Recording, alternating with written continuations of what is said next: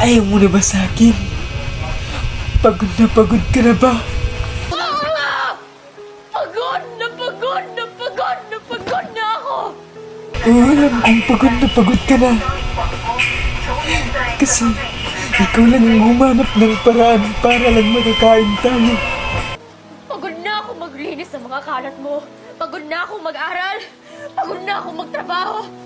Pagod na ako isipin kung paano mo nakakayang panoorin lang ako magkandakuba. Makakuha na ng pambayad sa putang inang kuryente at tubig. Habang ikaw, ayan, patuloy lang sa lintik na paso na yan. Puro paso. Hindi tayo mapapakain ng paso na yan.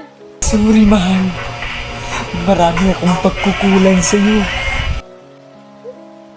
Wala akong pambili. Kahit cupcake man lang para sa akin. Sorry, mahal. Kasi wala akong maibigay sa'yo. Mahirap lang ako.